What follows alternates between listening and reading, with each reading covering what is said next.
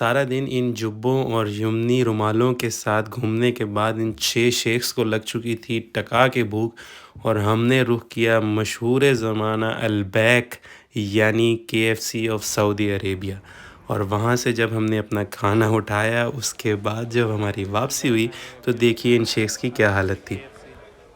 یہ غریب لوگ پیچھے بیٹھے ہوئے ٹیڑھا ہوا